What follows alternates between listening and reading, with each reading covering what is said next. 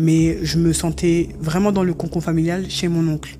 D'accord. Et qu'est-ce qui s'est passé chez ton oncle? Parce qu'il y a eu un événement assez traumatique qui s'est passé, là où tu te sentais en sécurité, là où tu avais ton cocon. Est-ce que tu peux nous dire qu'est-ce qui s'est passé pour toi? J'ai vécu une agression sexuelle là-bas pendant un certain temps, de la part d'un autre oncle, pas le frère de mon père, mais de la part d'un oncle par alliance, on va dire ça comme ça, qui a abusé de moi à l'âge de 8 ans. Il y a un mode opératoire?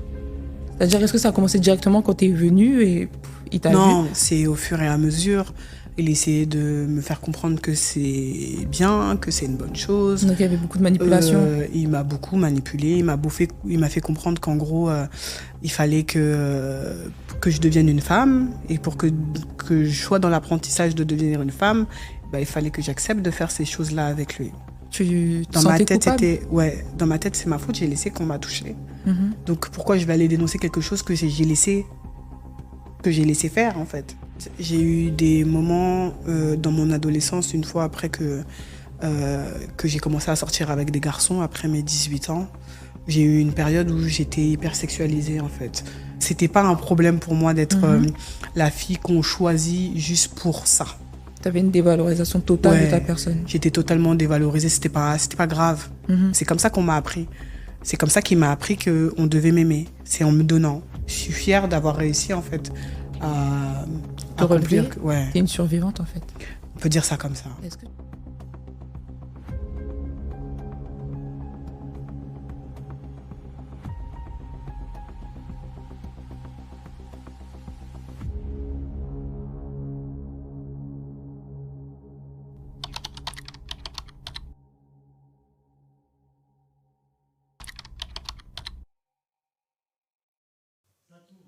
Bonjour à tous et à toutes. On se retrouve aujourd'hui dans une nouvelle rubrique, témoignages. Et aujourd'hui, on est avec Enajane. Enajane, est-ce que tu vas bien? Je vais bien et toi? Très bien, merci beaucoup. Est-ce que tu peux te présenter pour les personnes qui ne te connaissent pas? Oui, alors moi, c'est Enajane, de mon vrai prénom Andromeda. Je suis host, chroniqueuse, art thérapeute. Je fais énormément de choses. Beaucoup de choses. J'ai énormément de casquettes. Et aujourd'hui, on va parler un peu de moi. On va décortiquer un peu qui est Enajane. Comment est-ce qu'elle est devenue Enajane? Exactement. Etc. Est-ce que tu peux nous parler, parce qu'aujourd'hui, on va avoir un témoignage assez poignant, assez profond de comment est-ce que tu es devenue ce que tu es devenue, parce que tu as une histoire, et une histoire qui, je pense, va aider beaucoup de personnes. Est-ce que tu peux nous parler un peu de ton enfance? D'accord? Est-ce que tu peux nous parler un peu de ton enfance, de tes parents? Tu peux nous parler de certains faits qui ont marqué ton enfance? Est-ce que tu as eu une enfance heureuse? Alors, on peut dire que j'ai eu une enfance, c'est mixé en fait. Je sais pas comment expliquer, mais il y a des moments de joie, comme il y a des moments de tristesse, comme il y a des moments qui ont été très traumatisants. Du coup, mes deux parents se sont rencontrés en France. Et ils ont eu leur petite fille que je suis, Andromeda.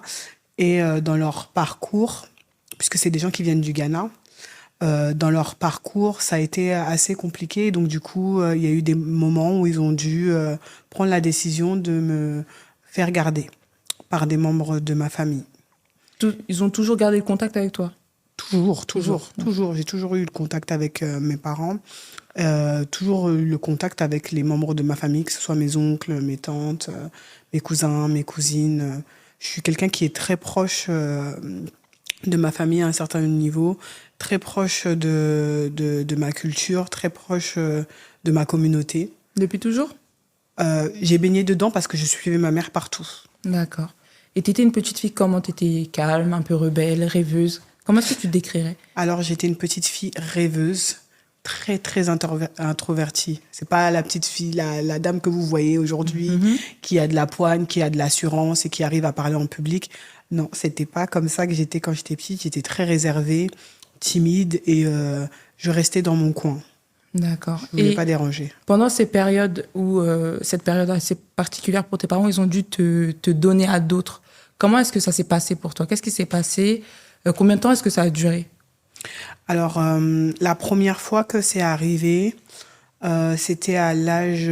J'étais en maternelle, donc vers 4 ans, 5 ans, où ils ont pris la décision de m'amener chez ma tante à Lille. Parce que ils ont vécu des problèmes et moi je ne savais pas en fait ce qu'ils étaient en train de ce qu'ils traversaient. Moi je savais juste que je devais rester tranquille parce que pour le moment mes parents ne pouvaient pas me prendre en charge. Ça s'est bien passé? Ça s'est pas vraiment bien passé. Comment ça? Est-ce que tu te sentais seule? C'était l'environnement? Alors ce qui s'est passé c'est que je me suis retrouvée avec une tante qui, je sais pas comment expliquer ça, mais en fait, qui a fait de moi aujourd'hui le rapport que j'ai avec la nourriture.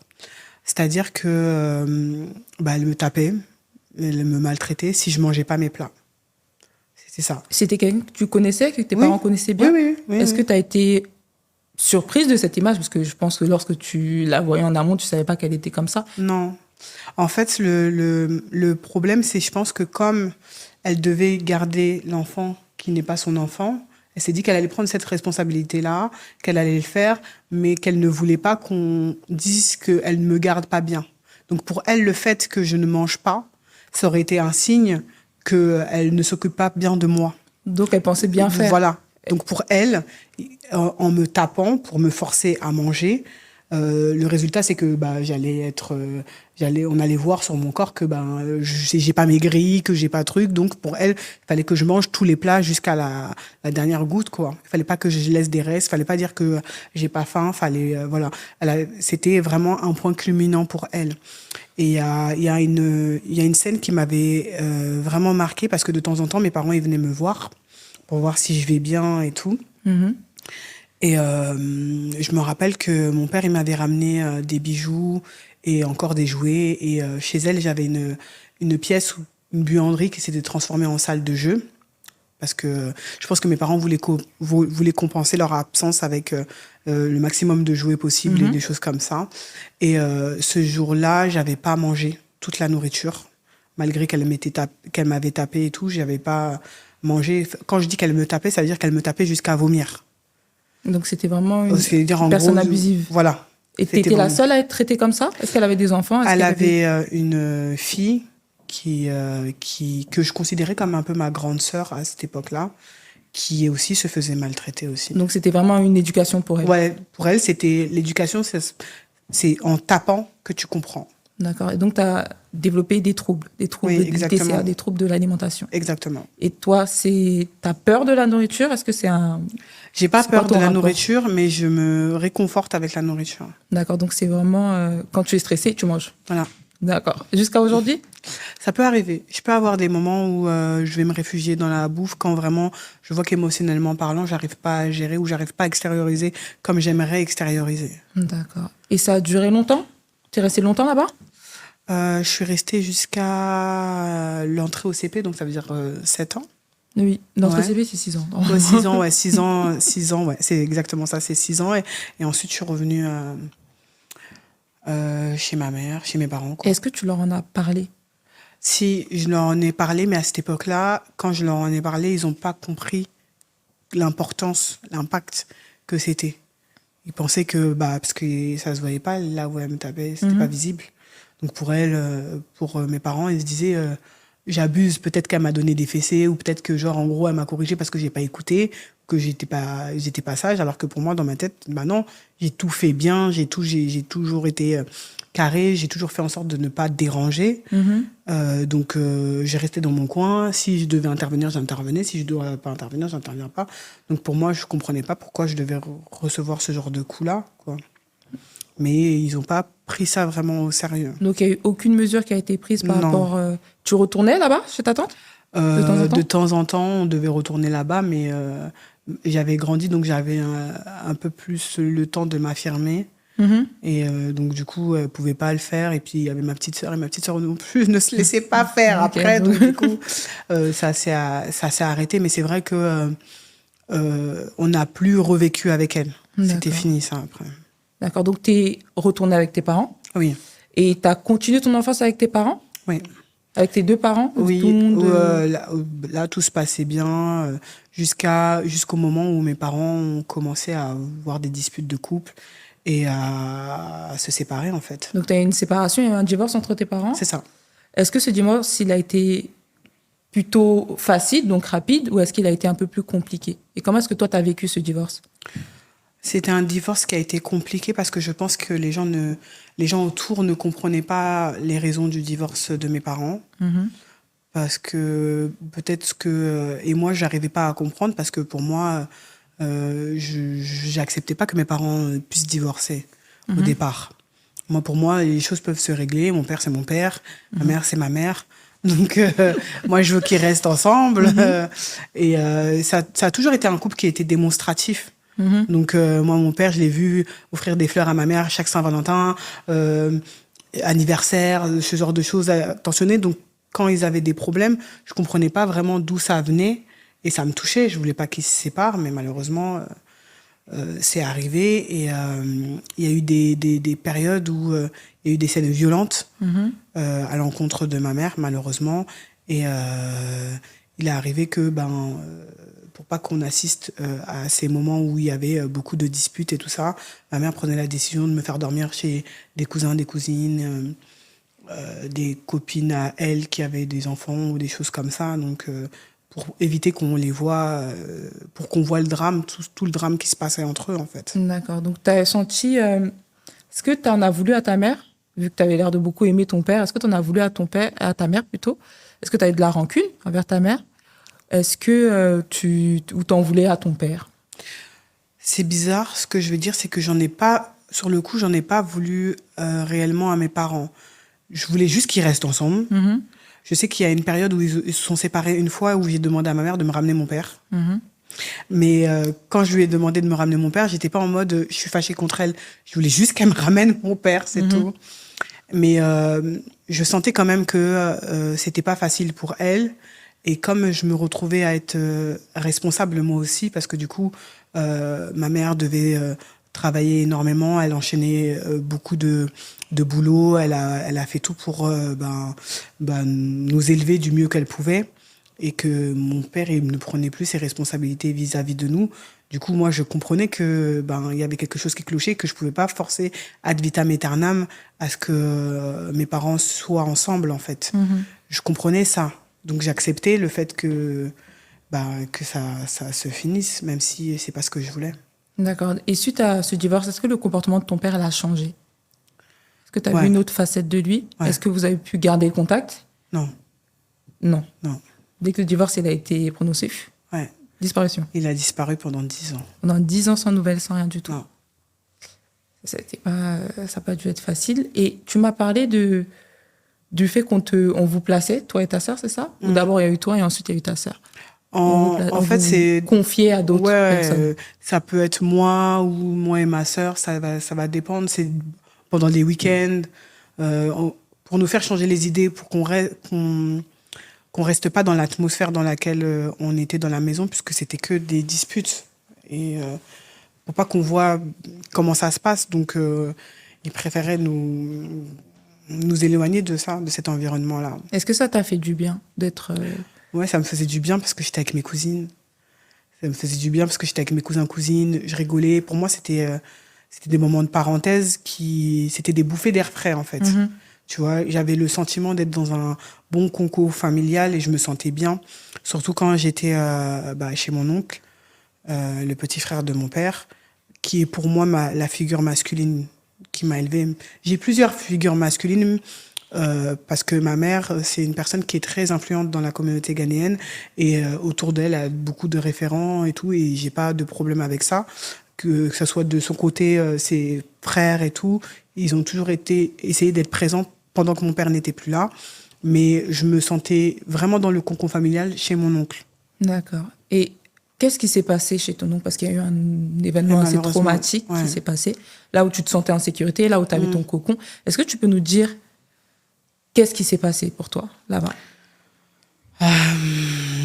Alors, malheureusement, J'ai vécu une agression sexuelle là-bas pendant un certain temps de la part d'un autre oncle, pas le frère de mon père, mais de la part d'un oncle par alliance, on va dire ça comme ça, qui a abusé de moi à l'âge de 8 ans, qui me faisait comprendre que ce qui est compliqué, c'est que dans ma tête, je savais que c'était pas bien ce que je subissais, mais quelque part, je me disais qu'il fallait pas que je le dise parce que il y avait mes cousines et je portais en fait cette responsabilité. En fait, le problème avec moi, ce qui se passait, c'est que j'ai toujours eu ce sentiment de porter cette responsabilité. À chaque fois, partout où j'allais, j'avais toujours l'impression de devoir porter une responsabilité vis-à-vis des autres. Donc, je préférais me sacrifier moi, accepter qu'on me maltraite moi, en pensant que ça va éviter que ça arrive aux autres. Et D'accord. c'est le schéma dans lequel j'étais pour une petite fille de 8 ans. Et tu penses qu'il t'a choisi? Tu penses Oui, qu'il je t'a pense. choisi parce que tu étais la victime parfaite? C'est Oui, je très pense. moche à dire, mais Oui, tu penses que c'est oui, ça? j'en suis certaine. Et il y avait un mode opératoire? C'est-à-dire, est-ce que ça a commencé directement quand tu es venu et il t'a vu? Non, c'est au fur et à mesure. Il essayait de me faire comprendre que c'est bien, que c'est une bonne chose. Donc il y avait beaucoup de manipulation. Il m'a beaucoup manipulé. Il m'a fait comprendre qu'en gros, il fallait que je devienne une femme. Et pour que je sois dans l'apprentissage de devenir une femme, bah, il fallait que j'accepte de faire ces choses-là avec lui. D'accord. Et c'était une personne qui était... C'était une jeune personne, il était jeune, il était plus âgé, Oui, il en était... fait, il avait comme le rôle de. C'était pas c'est un tonton, mais c'est un tonton un peu jeune, tu vois. C'est un Plus un tonton grand frère, peut-être? plus un grand frère, voilà, à qui tu fais confiance, qui t'amuse. Il amuse la galerie, il nous amuse tout. Donc, tu te sentais à l'aise. Moi, je voyais pas pourquoi il va me faire du mal au début. Donc, je l'ai beaucoup cru. J'ai beaucoup cru en lui, même si, par moment, quand je voulais pas, ben, il forçait quand même. T'en as parlé à personne. Non, au début, j'en parlais pas. Au début, j'en parlais pas parce que je me disais, si j'en parle, ça, c'est, en fait, pour moi, je vais chez les gens pour, Représenter ta famille? pour représenter en gros ma famille parce que chez moi, on peut pas s'occuper de moi pour le moment. Donc, si je vais chez les gens, je vais pas pour aller créer des histoires chez les gens. Donc, il faut que je reste calme. Peu importe ce qui va se passer, il faut que je reste calme. Ça, c'était la première réflexion que j'étais. Je ne veux pas déranger, je veux pas être la source de l'éclatement d'une famille, en fait. D'accord. Pour moi, c'est déjà un truc de ouf que ces personnes-là m'accueillent. Que ces personnes-là, ils prennent de la considération pour moi, que mon oncle et ma tante me considèrent, me traitent comme leurs propres enfants, tu vois. Donc, pour moi, je prends sur moi. Et en plus, je suis avec mes cousines. Et pour moi, je suis la plus grande de mes cousines sur place. Donc, pour moi, il vaut mieux qu'ils me touchent moi, qu'ils touchent mes cousines. En fait, Voilà. une protection pour elle. Pour moi, dans ma tête, je l'ai protégée en acceptant qu'ils me fassent ça. Est-ce que tu t'es sentie sale, utilisée après cet acte-là? Est-ce que ça a eu des répercussions? Oui. Par exemple, là, tu m'as dit que c'était de tes 8 ans. Tu étais toujours dans l'adolescence, de tes 8 ans jusqu'à peut-être tes... Ça a duré quelques années dès que j'ai commencé un petit peu à grandir et que après ma mère nous a récupéré. Mon père qui a eu la prononciation du divorce définitif, ça s'est fini puisque je n'allais plus là-bas. T'avais plus là-bas directement. Est-ce qu'il y a eu ce sentiment de dégoût face à toi-même? Ouais. Cette espèce d'impression que tu ne vaux rien, que tu es faite pour être utilisée. Est-ce qu'il y a eu des répercussions dans ton adolescence, dans ta manière de te voir, de penser? Alors, je vais te dire un truc, c'est qu'il y a un moment où que j'ai compris que finalement, bah, tu sais, on nous explique quand on est petit, il faut pas qu'on te touche là-bas, faut pas que tu fasses là-bas. Si tu fais là-bas avec un garçon, c'est pas bien et tout. Et ben pour moi, j'étais sûre que j'allais aller en enfer. Tu te Dans ma sentais tête, coupable? dans ma tête, c'est ma faute, j'ai laissé qu'on m'a touché. Donc pourquoi je vais aller dénoncer quelque chose que j'ai laissé faire en fait. Je me rappelle d'une fois où je me suis retrouvée à prier, pleurer et tout. J'ai imploré au Seigneur de me pardonner, d'avoir laissé que mon corps soit sale en fait. Mon corps était déjà sale, donc pour moi c'était déjà terminé. Pour moi c'était fini. Il y avait plus d'espoir. Le seul espoir que j'avais, c'était de me dire que aucune autre personne ne sera touchée après moi. D'accord. Et il y a eu des conséquences Par Ouais. exemple, est-ce que tu gardes des séquelles, Oui, par exemple sexuelles, oui. physiques, En mentales? fait, j'ai eu des moments dans mon adolescence, une fois après que j'ai commencé à sortir avec des garçons, après mes 18 ans, j'ai eu une période où j'étais hyper sexualisée, en fait. Ça veut dire que je sortais avec les garçons, j'enchaînais les relations euh, et ça me dérangeait pas. J'ai accepté de ne pas être la fille qui soit choisie. J'ai accepté d'être la side chick. C'était pas un problème pour moi d'être la fille qu'on choisit juste pour ça. Tu avais une dévalorisation totale de ta Ouais, personne. j'étais totalement dévalorisée. C'était pas grave. C'était pas si grave que ça pour moi. Bah, justement, le fait que je me donne à ces hommes, c'était comme ça qu'ils allaient m'aimer. Et tu cherchais quelque chose? Tu cherchais ton Ouais, père? Tu cherchais en fait, je cherchais de l'attention, de je l'attention? cherchais de la reconnaissance et je cherchais de l'affection. Que tu Et pour moi, trouvais le ça... seul moyen de le donner ça, parce que c'est comme ça qu'on m'a appris. C'est comme ça qu'il m'a appris qu'on devait m'aimer. C'est en me donnant. Tu te sentais puissante ou tu te sentais utilisée? Parce que dans ces moments-là où tu pouvais être avec quelqu'un, même si c'était pour ton corps, est-ce que tu sentais une espèce de contrôle? Ou Non. non? Je pensais que je contrôlais, mais en fait, je contrôlais rien. Je pensais que c'est moi qui gérais, que du fait que je connaissais la situation dans laquelle j'étais, c'est moi qui contrôlais, mais finalement, je contrôlais rien. Je me donnais tout simplement et j'avais pas de reconnaissance derrière. Donc, Et est-ce qu'il y a des relations qui ont plus compté pour toi? ouais. Il y a des relations qui ont été des déclics pour moi dans ma manière de faire les choses. Ça arrivait un peu plus tard, quand je suis rentrée en école de cinéma, à mes 21, 22 ans, comme ça. Quand je suis rentrée en école de cinéma, du coup, j'ai rencontré un homme qui m'a valorisée, en fait. C'était toujours dans un schéma qui n'était pas vraiment correct, mais cet homme-là, il m'a valorisée. Ça veut dire que il me montrait qu'il m'avait choisi. Ça t'avait du bien? Ouais, ça me faisait énormément de bien. Bon, malheureusement, ça n'a pas fonctionné.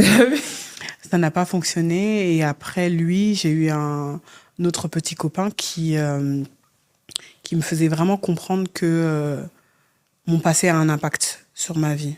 Et donc, du coup, ça m'avait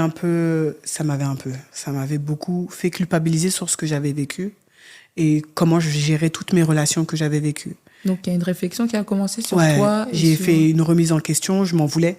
Vraiment, je me disais, bah, j'ai raté ma vie. Je vais pas pouvoir avoir l'homme de ma vie. Je serai pas une femme qu'on va marier parce que comme les gens ils disent, j'ai un lourd body count, mais personne pourra comprendre pourquoi j'ai ce lourd body count là, pourquoi je tombais dans des relations qui n'aboutissaient pas ou des trucs comme ça. Dans ma tête, c'était foutu. C'est moi la fautif, encore une fois. D'accord. Et pendant toute cette période où tu enchaînais les relations, où tu subissais encore les conséquences de ton viol parce que tu n'en as parlé à personne de ce viol? J'en ai parlé légèrement. En fait, j'en parlais pas en profondeur. Je disais pas exactement ce qui m'était arrivé, comment ça m'était arrivé. Je disais juste, ouais, et à ma cousine, par exemple, que, ouais, lui, il est dangereux, il est bizarre, il m'a fait ça et tout, machin. Mais je lui ai jamais réellement expliqué qu'est-ce qui s'était réellement passé, tu vois. Parce que, pour moi, c'est mon fardeau. D'accord. Et pendant toute cette période-là, tu n'as pas de nouvelles de ton père? Non. Tu es toute seule, t'es avec ta mère, Je suis avec ma mère. les autres. Je suis avec ma Donc, mère, ma tu soeur. m'as dit qu'il avait disparu pendant 10 ans. Ouais, Donc, de tes 8 ans à tes 18 ans. exactement. Et tu m'as dit que ton hypersexualisation, elle a commencé à 18 ans. Est-ce que comment est-ce qu'il y a eu reprise de contact plutôt? Alors, je devais le voir pour faire des papiers administratifs parce qu'au moment donné, ça a commencé à peser lourd parce qu'on n'avait pas de nouvelles de lui. Et sauf qu'on on se retrouve confronté à plusieurs fois à ce qu'on nous demande, il faut nous donner le contact de votre papa, il faut que vous nous donniez son adresse, il faut que... Bref, il y a plein de fois où on se retrouve confronté à ce qu'on demande, où est le père? Parce qu'il nous a déclaré, donc il est où le monsieur? Voilà. Et il y a eu un épisode où ma mère a été convoquée par rapport à la CAF parce qu'il disait pourquoi elle touche la CAF alors que mon père il est vivant et machin. Et donc il fallait que pendant 1 an ma mère elle devait prouver que c'est que elle qui s'occupait de nous financièrement et tout. Il faut savoir que mon père, c'est un ingénieur du son. Il a travaillé avec plusieurs célébrités et ces choses.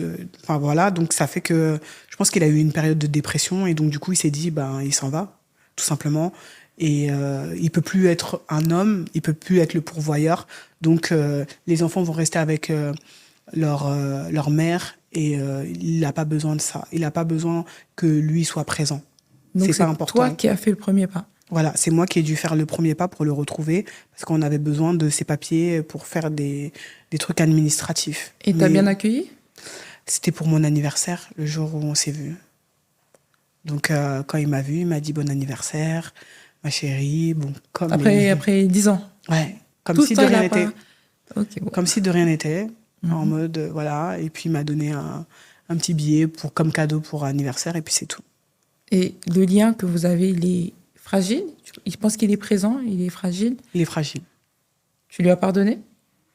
Je lui ai pardonné parce que je sais qu'il n'y aura plus de retour en arrière. Je suis plus dans la désillusion, je suis plus dans l'illusion que ça va revenir comme avant, que ça sera, je serai encore la petite fille à papa, qui aura des moments comme je pensais que j'aurais avec mon père. Non, ça, je sais que je suis plus dedans, que c'est fini. D'accord. Donc, comment est-ce que tu as eu le déclic de tout ce que tu as vécu, de tout ce qui s'est passé? Comment est-ce que tu as eu le déclic? Et j'ai l'impression que ce déclic-là t'a mené à la profession que tu fais aujourd'hui. Ouais. Tu es dans le développement personnel, Ouais, c'est c'est ça? ça. Est-ce que tu peux nous parler de ce déclic? Alors, c'est l'école de cinéma Écart qui m'a donné ce déclic-là avec les cours d'art dramatique, notamment avec la méthode EAT, avec ma mentor Lisandre Mbappé, qui m'a vraiment fait comprendre à travers les exercices que se connaître vraiment soi, se libérer émotionnellement de tout le poids qu'on a pu vivre, ça peut t'aider à évoluer. Et en fait, que tout n'est pas fini, tout n'est pas terminé. C'est pas parce que tu as vécu plusieurs dramas que ta vie, elle est foutue, en fait, et que tu es condamné. C'est surtout ça, en fait. Parce que pour moi, j'ai été toujours dans je suis responsable des autres et je suis condamnée des choix que j'ai faits. Ils t'ont soutenu? Ouais. Cette école, c'est vraiment une école que je regrette pas d'avoir fait parce que c'est vraiment ça a été une nouvelle ère pour moi. Ça m'a fait prendre confiance en moi. Ça m'a fait prendre aussi de l'estime de moi. Parce que j'avais très peu d'estime de moi par rapport aux hommes. D'accord, par rapport aux hommes. Est-ce que ce déclic qui t'a permis d'aller en parler à ta mère, est-ce que ta mère est au courant de tout ce que tu as vécu par rapport à la famille maternelle, à la famille paternelle? Elle a été au courant très tard. Parce que je voulais pas qu'elle porte la responsabilité de ce que j'ai vécu. Je voulais pas qu'elle se sente coupable de ce que j'ai vécu. C'est ça mon problème, c'est que je sais pas demander de l'aide de base. Je sais donner, mais je sais pas recevoir. Donc, la profession que tu exerces actuellement, Ouais. c'est quoi le nom de ton métier? Alors, c'est art thérapeute. Donc, je fais de la thérapie par l'art, le théâtre. Donc, ça va être des exercices de mouvement psychocorporel. Donc, je vais travailler tout ce qui est le corps. Et c'est à travers le corps que je vais pouvoir libérer les émotions, travailler la posture publique, la prise de parole en public, le positionnement, tout ce genre de choses-là. Les personnages aussi. Savoir que j'ai un personnage public, que j'ai un personnage intérieur, qu'aujourd'hui je vous dévoile un peu, que j'ai un personnage de l'ombre. Tu aides les gens à se construire, en fait. Voilà. C'est joliment dit. Voilà. Tu aides les gens à se construire. Et ça t'aide aussi Oui. à te reconstruire, ça te Oui, donne oui. cette valeur? Oui. Ça Et- m'aide à comprendre que ma version de l'histoire, c'est la version qui est la plus importante. C'est pas la version des personnes qui m'ont fait des choses qui est le plus important. C'est pas l'impact que j'ai subi toute ma vie qui est le plus important. Tu leur as C'est pardonné moi. d'ailleurs à ces personnes? J'ai compris. Il y a... En fait, c'est pas que j'ai pas de pardon à leur donner. C'est ce que je devais vivre. Mhm. J'ai pas de pardon à leur donner, en vrai. Donc, tu penses que la maltraitance que tu as subie dans ton enfance et le viol par ton oncle devait faire partie de ton parcours pour être ce que tu dois être? Quelque part, oui, parce que sinon, je serais pas la fille que je suis aujourd'hui. Je serais pas la femme aussi empathique que je suis aujourd'hui. D'accord. D'accord. Et donc, ce déclic est ton intérêt pour l'art qui s'est manifesté par toutes les écoles que tu as faites? Tu as toujours aimé tout ce qui était Ouais, je fais artistique, du théâtre créatif. depuis que j'ai l'âge de 8 ans. Ça t'a permis de t'ouvrir? Parce que tu as Oui. dit que tu avais très peu d'estime. Est-ce que tu avais peur des hommes? J'avais pas peur des hommes, mais j'avais peur qu'ils me rejettent. D'accord. Et donc, ça t'a aidé, cette Ouais. école, etc. Est-ce Oui, que tu as pu parce que du coup, rencontrer des gens? Est-ce que j'ai- t'as pu- en fait, j'étais pas forcément la star de la famille et tout. Je sais que les gens dans ma famille me voient un peu comme la star parce que je suis la lignée de ma mère qui est une femme qui est très imposante, qui ne baisse pas les bras, qui essaye de faire en sorte de s'ouvrir aux yeux du monde et qui essaye d'accomplir des choses. Ma mère, elle a fait des métiers énormes et c'est incroyable. Elle a jamais baissé les bras pour tout ce qu'elle voulait faire. Maintenant, ce que je sais, c'est que moi, ça m'a permis de m'affirmer. Je sais que le théâtre, c'était l'endroit où je pouvais être la star. Je D'accord. pouvais être reconnue, je pouvais avoir l'affection des autres, je pouvais être la star, quoi. Donc, vraiment, c'était l'endroit où je m'épanouissais vraiment. Donc, ça t'a aidé, tu as pu rencontrer ton mari, Exactement. avoir tes enfants. Exactement. Ça a été difficile pour toi de concevoir d'être mariée et d'avoir des enfants? Alors, faut savoir que je l'ai rencontré à l'école, mon mari, et il m'a assumé. C'est ça qui a fait toute la différence, c'est que il a pris le choix de m'assumer et de me choisir. Donc, il sait tout ce que j'ai vécu, il sait que c'est pas forcément facile pour moi, que des fois je peux passer par des phases où je me sens pas forcément bien, mais je suis contente parce que je suis à l'aise. J'ai trouvé quelqu'un qui comprend. D'accord. Et ça, c'est le plus important. Maintenant, en ce qui concerne les enfants, au début, c'était pas facile pour moi d'avoir un enfant. J'ai fait 2 fausses couches. C'est pas quelque chose qui me fait forcément plaisir. En fait, moi, j'aime pas souffrir pour rien. Les fausses couches, ça me donnait l'impression de souffrir pour rien. D'accord. Bon, donc là, tu les as, tu es très contente. Donc voilà, là, j'ai mes 2 petits bébés, mes 2 petits dictateurs, comme je les appelle, mais que je les aime beaucoup, mes petits princes, mes petits cœurs. Et je suis très fière d'eux. Je suis fière d'avoir réussi, en fait, à relever. accomplir. Ouais, Tu es une survivante, en fait. on peut dire ça comme ça. Est-ce que tu peux adresser un message à quelqu'un qui a peut-être vécu une enfance et une adolescence aussi tumultueuse et aussi constructrice que la tienne? Est-ce que tu peux lui donner un espoir, lui dire quelque chose? Alors, si je veux parler d'espoir, moi, mon exemple, c'était la mère de ma meilleure amie. C'est elle qui a été mon exemple. Avec ma mère et la mère de ma meilleure amie, ça a été mon exemple. Paix à son âme, elle est décédée. Mais c'est eux qui m'ont fait croire que l'amour, ça peut exister, que tu peux te marier, que tu peux fonder une famille, que tu peux aboutir dans tes projets, Tout est possible. que tout est possible, en fait. D'accord. C'est vraiment elles deux qui me font comprendre que tout est possible et que malgré les critiques que tu vas avoir, malgré les gens qui vont être peut-être contre toi ou qui vont pas comprendre pourquoi tu choisis ce chemin-là, parce que souvent tu vas passer pour la méchante ou tu vas passer pour une fille qui veut juste se montrer ou que tu vas passer pour une fille qui est égocentrique ou ce genre de choses, mais en fait C'est toi. c'est toi. C'est toi et c'est pas grave. Peu importe les décisions que tu as fait, ça doit pas être un poids et ça doit pas te réfréner dans ce que tu as envie de faire. D'accord. Mais déjà, c'est très beau. C'est un message plein d'espoir et c'est ce qu'on a besoin, en fait. Après tout ce qu'on a vécu, après une enfance tumultueuse, parfois on pense que c'est fini pour nous. Exactement. Mais tu montres que non, c'est pas fini. Non. Puisque tu peux aider les autres et ça, c'est très louable.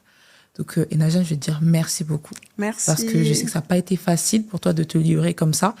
On est noirs, on est africains. On sait que les pressions familiales et les mots qu'on peut dire peuvent avoir une influence et une incidence sur toute notre lignée, toute notre famille. Et c'est très courageux, je trouve, que tu délies les langues et que tu puisses donner de l'espoir à ces personnes qui ont été abusées, à ces personnes qui ont été traumatisées et leur dire que c'est pas leur faute.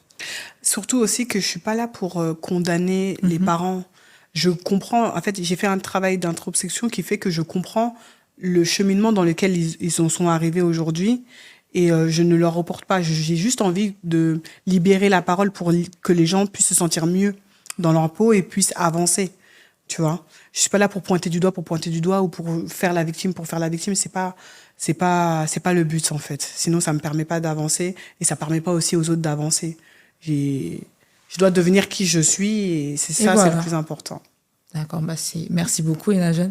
Et on se dit à très bientôt. À très bientôt. Bravo. Mais t'as même pas pleuré. Ouais.